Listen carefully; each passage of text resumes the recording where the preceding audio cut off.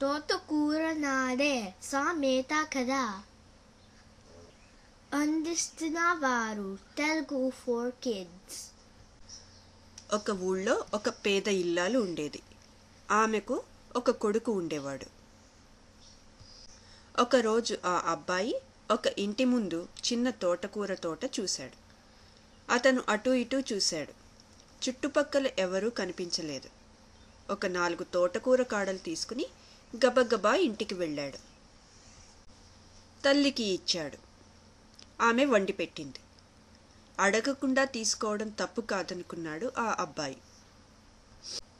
ఇంకొన్నిసార్లు పళ్ళు కూరగాయలు దొంగిలించాడు.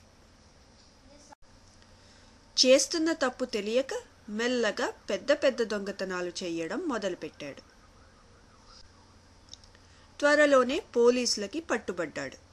పోలీసులు అతనిని జైలులో పెట్టారు. అతనిని చూడడానికి తల్లి వచ్చింది.